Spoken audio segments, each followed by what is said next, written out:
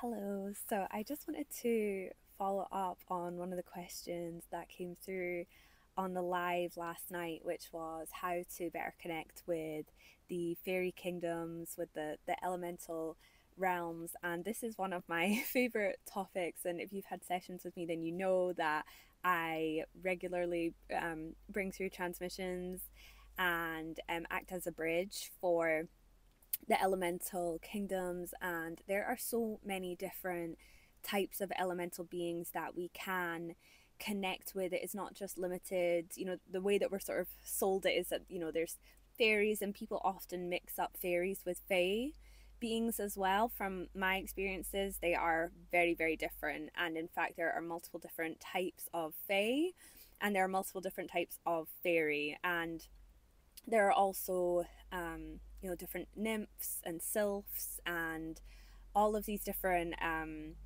strains almost, or races of these elemental beings. And I would say that the best way to begin bridging contact with them is actually to check in with yourself and see if you have any wounding with any of these collectives. It's quite common as humans that we may have had lifetimes where we have potentially harmed, or maybe we've been incarnated in one of these groups and we have actually received harm ourselves. And so that is one of the main blockages that I see when it comes to people who want to connect with elemental kingdoms, is that there's actually a soul level wounding there, which of course is going to create a blockage in our fields and a blockage in being able to read the resonance that they may be operating on. So that would be the first thing I would suggest, is truth testing and sort of saying to yourself, okay,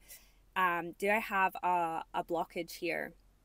Do I have a level of wounding that is running in my field that needs to be cleared before I can bridge a clear sense of communication with these beings? And another question I would ask is, do I have an aspect of self running as a fairy? We are such multidimensional beings, and so many of us do have aspects of self, which are fairies, which are gnomes, which are sylphs, which are dryads, naiads. There's almost an infinite amount of these beings, and many which we haven't actually got on record yet. I'm sure we will do in future, but there are ones which aren't necessarily written about, or there aren't a lot of information around. And the other thing I would suggest as well is spending time in nature.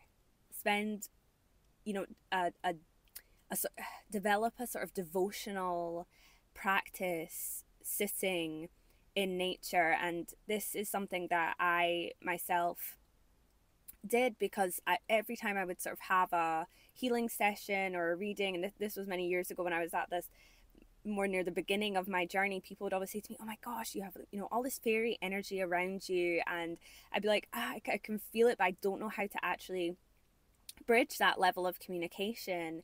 And I decided that I was going to start going into nature every single day, rain or shine.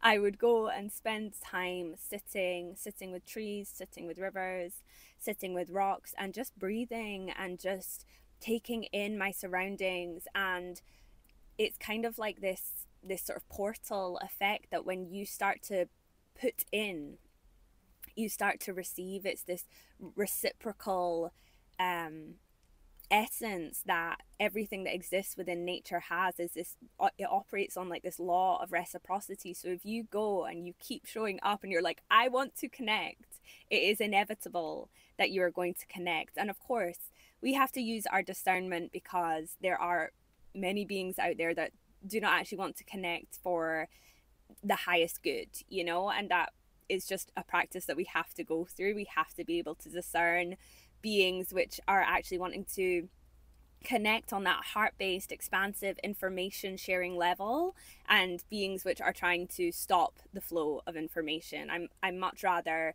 look at it in that sense, rather than good beings, bad beings, positive beings, negative beings. It's more about who wants to exchange the codes and who wants to block them from being exchanged. So when we look at it in that way, it's sort of less frightening as well. And we're more able to just tune in and just feel within your heart whether this being that is in your field actually wants to connect, for reasons of expansion rather than reasons of contraction. And so those would be my main suggestions, would be tapping in, seeing if you have wounding, and also spending that real intentional time in nature. And if you have any other questions around these various different beings, I'm more than happy to answer any questions that you may have.